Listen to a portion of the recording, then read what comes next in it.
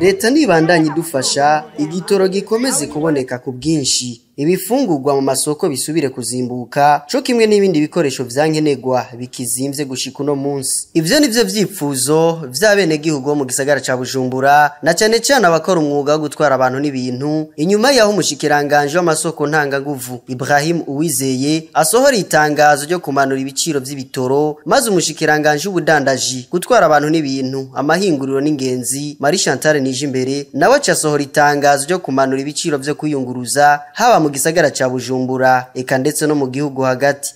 Abo benegihugu bagasaba leta gutorera umuti ikibazo c'ubuzima buzimvye, hakanasanurwa neza amabarabara yononekaye, kuko akenshi uca usanga bariko bakora barondera impembo y'abanye n'imodokari nabo bagatahira intica ntikize.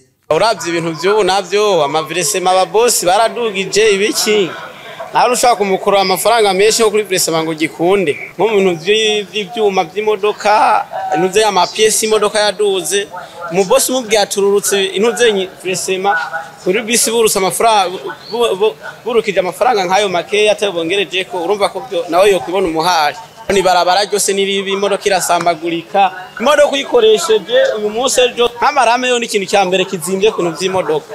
Byari byo leta yamara kuvuga iti turagabanije igiciro ku igitoro nguba amasitasiyo yose akaba ari fu utugiji umanuye igiciro cy'ikintu egari ko ico kintu gihari.